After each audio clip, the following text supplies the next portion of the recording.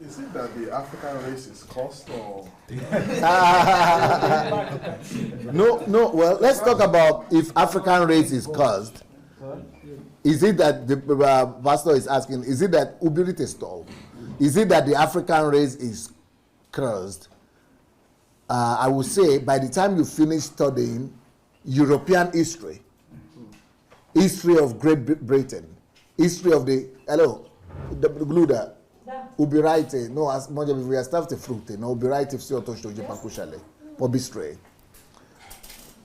By the time you begin to study the history of the German nations, the Austro-Hungary nations, the nations of Eastern Europe, the nations of Scandinavia, the Scandinavian nations, the Vikings, or what they call it?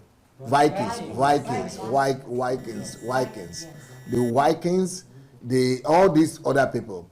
You will discover that whatsoever is happening in Africa right now is nothing compared to the brutality that happened in Europe. Yes. Wow. You know, he's from Scandinavia, he's from Finland.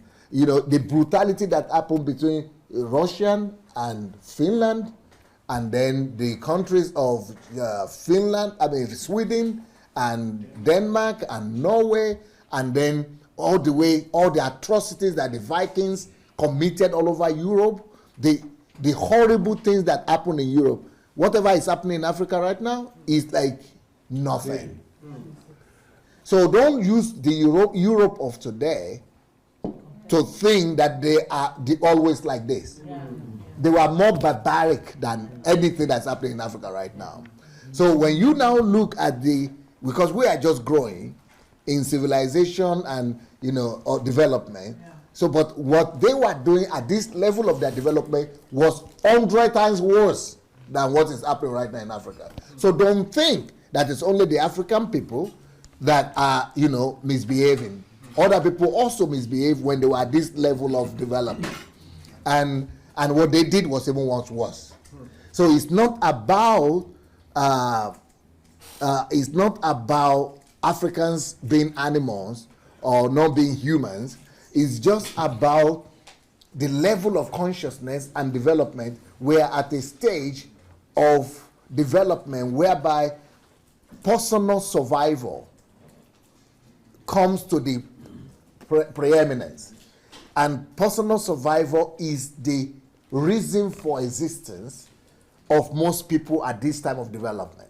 Because the resources are few, and only the one that is able to grab as much as possible will be able to secure himself and his children and family. So we're at that level of development. And when these people were at that level of development in Europe as well, they were grabbing also. And they didn't just grab the way we are grabbing. They were grabbing not just from the purse. They will grab from the purse, and then they will go ahead and grab from the neighbor, and then go ahead and grab from the other countries, and then build great armies in Europe. In Europe was horrible. They will build armies and go and conquer other countries. Go and just stand by 1,500,000 army just to be going to subdue, not to work and create economy, but just to take.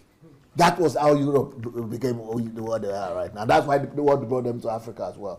So what we are doing, or what our leaders are doing, is nothing compared to what Europeans did to themselves. So, but it's because of the level and stage of development that we are in right now, whereby it's a battle for resource, and which they connected to survival of personal survival and their own children survival. So what we need is a greater level of enlightenment, and we need to change, we need to make sure that there is a revolution against the aristocratic mindset of our elite.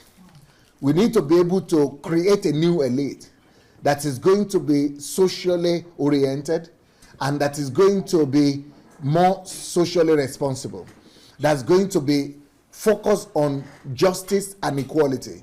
And for that to come to Europe, it took the French Revolution. So that change and transformation started in Germany. It started with the Reformation, then it started with Renaissance, And then it went and culminated with the French Revolution, just to kind of bring, because before then there was just like elite that were living 2% in opulence, and then the whole country living in poverty. And they were all servants to the elite, just like in Africa right now. So there must be some enlightenment, some revolution. The reason why there was no revolution in Germany was Reformation. And the reason why there was no revolution in England was because of the Wesley brothers and all those revivals, Protestant revivals, the Puritans and people like that. That's why there was no. So they changed the whole narratives. So, and what narrative needed to change was the elite, because in Europe it was also oligarchy. But then now they changed everything to become,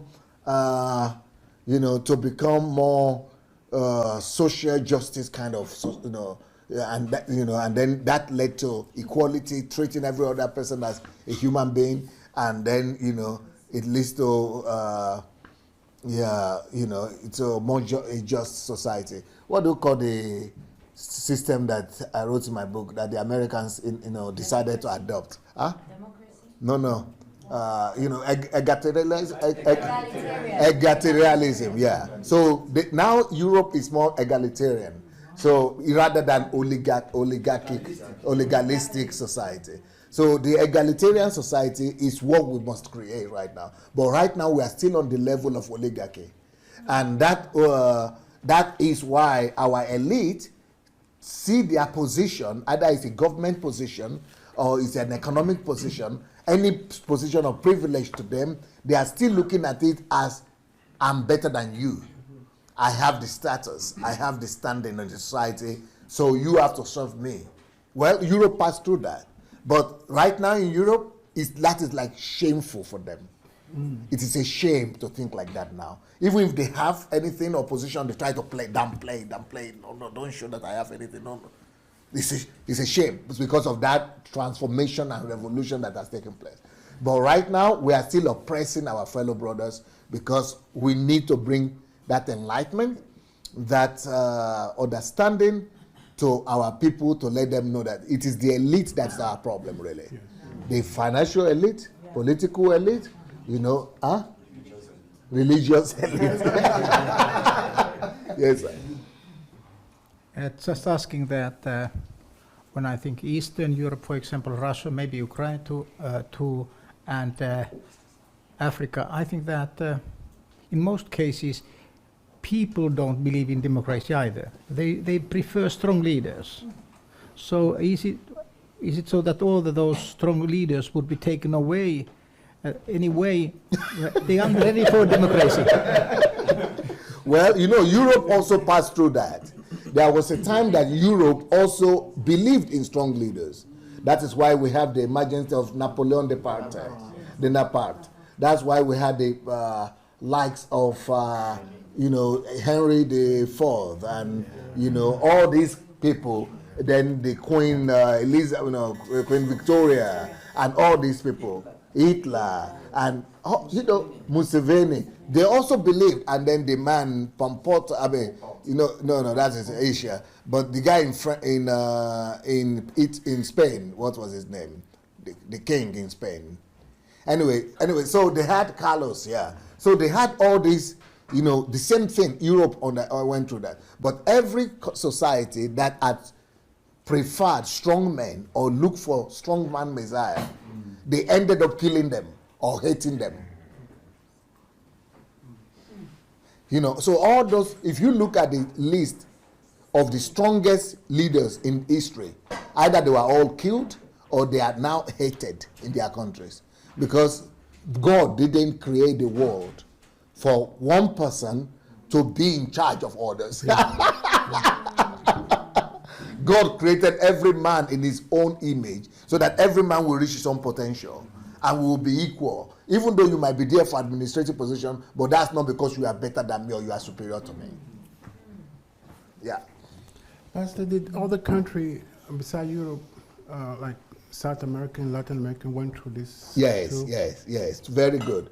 South America was worse. Really? Yes, South America is one of the greatest evil dictators that has ever been. Now, the dictatorship in Africa has lasted only 50 years. But South American dictatorship has lasted 200 years.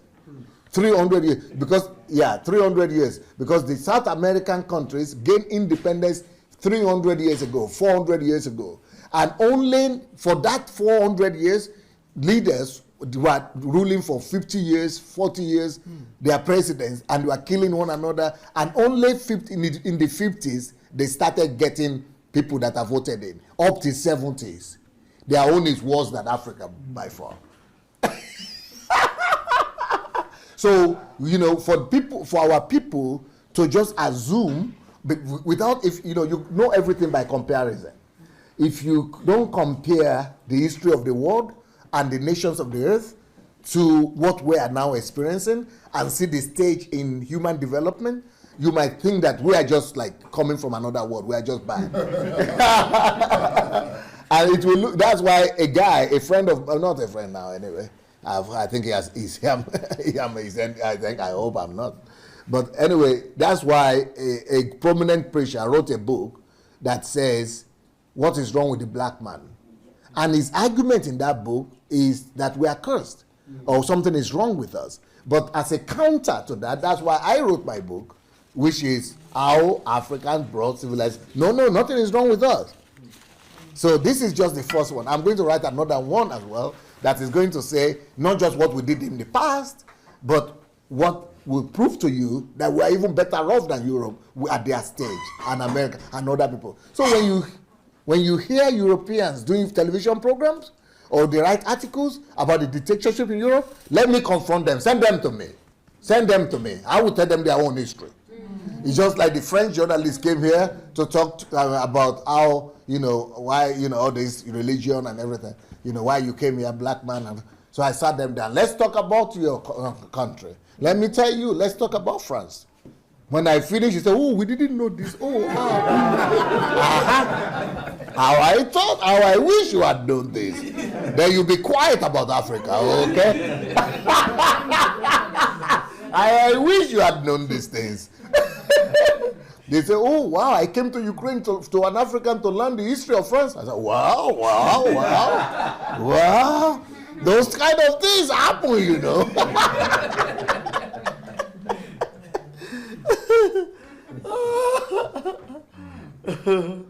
Even in America, we are just 50 years old. Most of us are African countries' independence. Now, go and look at Africa after America 50 years into independence. It was rubbish. Then they went to civil war and division, even up to now. Some people say, oh, look at America, there's no tribalism. Oh, you want to tell me that? No. You want to tell me that?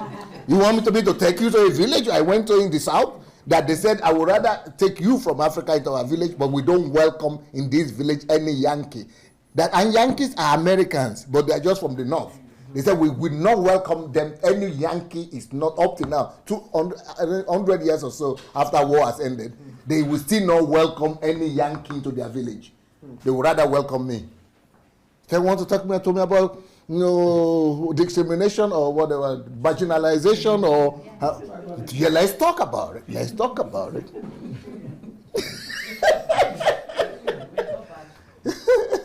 So when this guy came up and said that Africa is a whatever hole, and other Africans, I said, yes, he's right. I said, no. Let me tell him about himself, okay? Okay, you say we are a hole? Mm-hmm. Listen to me, let me tell you about who you are, all right? And I want to tell you that Trump, is the biggest psychopath, narcissistic psychopath in the whole world. And let's talk about narcissism. And let's talk about psychopathy. And let's talk about who you are. Why will you, Personality disorder. Yes, let's talk about your personality disorder. So you want to talk about my own continent disorder? Let me talk about you. Okay. You want America should never talk when it comes to anything happening in Africa. Because in America, the atrocities that white people did, and as you know, what they're doing now is nothing. But what they have done, America should be quiet forever. And that is why, even not just America, white people should be quiet forever. Because right now, I believe, and I stand on this, that in the next 100 years, white people will be minority in the world, and nobody can reverse it. God will make it happen like that. The population of the world is going to, the white people is going to shrink, is going to become minority. They are going to become minority in the world. They are not going to become the least in the world. And only 9%, this is not discrimination, this is fact. Only 9% of the world will be white people. Remember that. Put that down. Write that down. Write that down. Write that down right now. And come and challenge me later. Only 9% of the world will be white. Only 9% of the world will be white. The majority of the world will be colored, will be brown, or will be yellow, or mixed. And the people who suffer for it will be white people. And the reason for that is right now, as I'm talking to you right now, last week, if you look at the number of children in Germany, Germany is one of the most white countries in the world up to now, the biggest, because it's bigger than all Scandinavian countries put together, and it's about almost 100 million. But right now, that is old people, because if you look at the children that have been born in Germany now, there are more foreign, not different race, either Turkish or Syrian or African or anything, more than 50%. For the first time, it hit over 50%. Majority of children now that have been born in Germany are not Germans, and they are not white.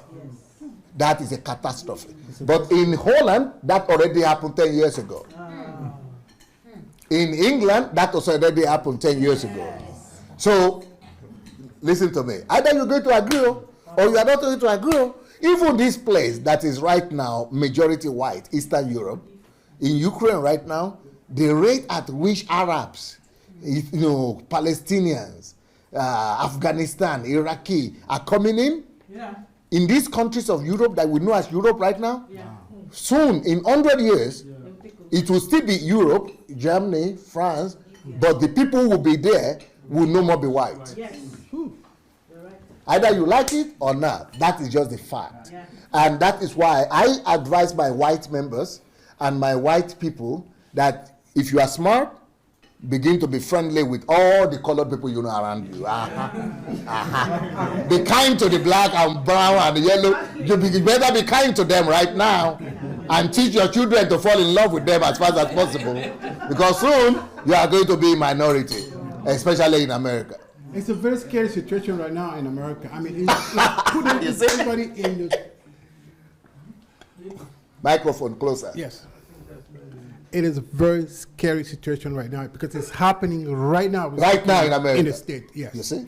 And people are scared. I mean, the white race. Yeah, the white people are scared. But you don't need to be scared. You just need to begin to sow the right seed. Yes. But the only white man around us here, let's hear what he has to say. Just only short comment about democracy. I'm thinking that let's say that in some places democracy is just a name for tyranny. It's not more. Yes. And I think that the only phase in the history when democracy has been working, it has been the time when there has been certain kind of fear of God amongst the nation. Yes. But when the fear of God has disappeared, the corruption has been better. Good point. Good point. Good point. Yeah. So, but in when it comes to America, it's going to be very bad. Oh yeah. White people are going to be minority in America. Either you like it or not, write it down. Because it is a law. Because the white people came and uprooted the descendants, the people of the land, aborigines, and replaced them because of power. Well, power you're never going to sustain power forever. So what will happen is that whatever a man sow, he reaps. And the first shall be last, and the last shall be first. You know those Mexicans that they are humiliating? You know the way they talk about Mexicans in America? The way they treat them? Well, you wait. Soon or later, that Mexico will overrun them. Because they will not stop them. They will keep on coming. And those who are coming will keep on giving birth to children. That's right. And sooner or later, those white people who had dispossessed them of their own property, they too will be dispossessed. That's just a law.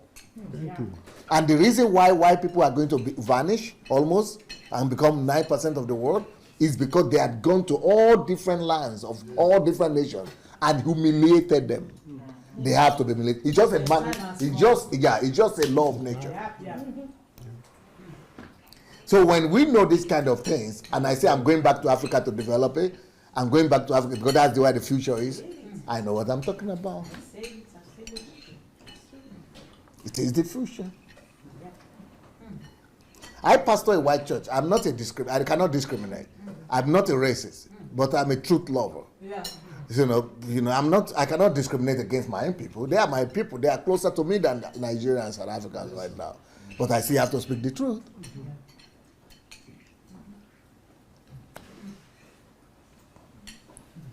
Yeah, it's true. It's true. It's true.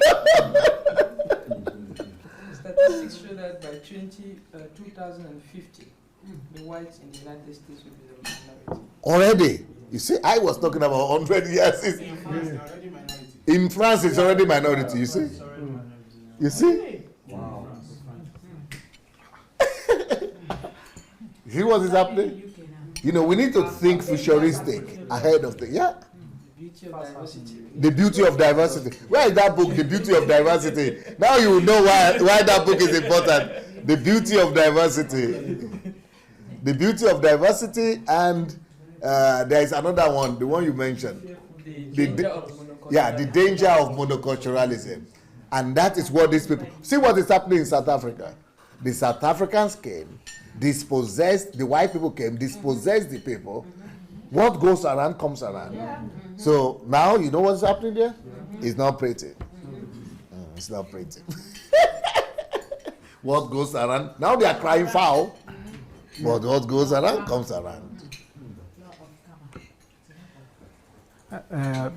Pastor Adelaide, when you are, let's say, you are speaking about future, how do you see it? There will be tension between Sharia and kingdom. How do you see it? And kingdom? Sharia and kingdom. Sharia and what? Kingdom. Kingdom. Yeah. Oh, yeah. I think that Islam is going to die. Well, I'm looking futuristic. If you want to know my opinion, Islam is going to die. And Islam will face crisis. And when the Islamic people, the Muslims, hear the truth about Islam, and the truth about Quran, and the truth about Muhammad, is going to implode from inside. There is going to be the same thing with Islam that happened to Christianity during the time of Reformation. During the days of Reformation, the people arose that they could not stop it. The government could not stop it. The church could not stop it. It's going to come to a time when Islam will not stop it. The government will not be able to stop it. Islam will explode within itself. And the sons of Sharia and the daughters of Sharia and the Muslims, sons and daughters themselves will pull down the wall, just like the communism imploded from inside, and the iron curtain came down. So there would be no need to fight and for a conflict between Christianity and Islam. We will not be the one to pull it down. We have tried to do that during the days of Crusaders and Crusades, and it only revealed evil and that evil nature of man, evil in Christians, and it didn't work. But when what is going to happen this time is going to implode from inside. Islam will self-destruct. They will not sustain Islam for the next 100 years. In the next 100 years, Islam, there will be crisis everywhere. Just like we had the revolution in Egypt, what do they call it? Summer revolution or what they call it? Arab Spring. That kind of spring is going to hit Saudi Arabia, is going to hit Iran, is going to hit other countries because it's not sustainable. Yeah. You cannot sustain for the next 100 years with the way internet is going, with the way Facebook, internet, next communication. You cannot sustain that system for so long. That system needs fear to be sustained. Yeah. That system needs secrecy to be sustained. But with the way information revolution is now explode. Sorry? Social media cannot allow that. It cannot allow that to exist because it's not sustainable anymore. Wow. So they are going to allow the women to drive. Yeah. They are going to allow the women to talk. They are going to allow them to be elected. Yeah. They are going to allow them to vote. Yeah. They are going to allow them to remove the whatever. Yeah. And then the men will be marrying less wives because they cannot sustain it anymore. Yeah. And then the women will be more independent. And then they are going to begin to speak. Then the women will be allowed to work. And then they will begin to fight for their right. Wait, if what I say will not come to pass.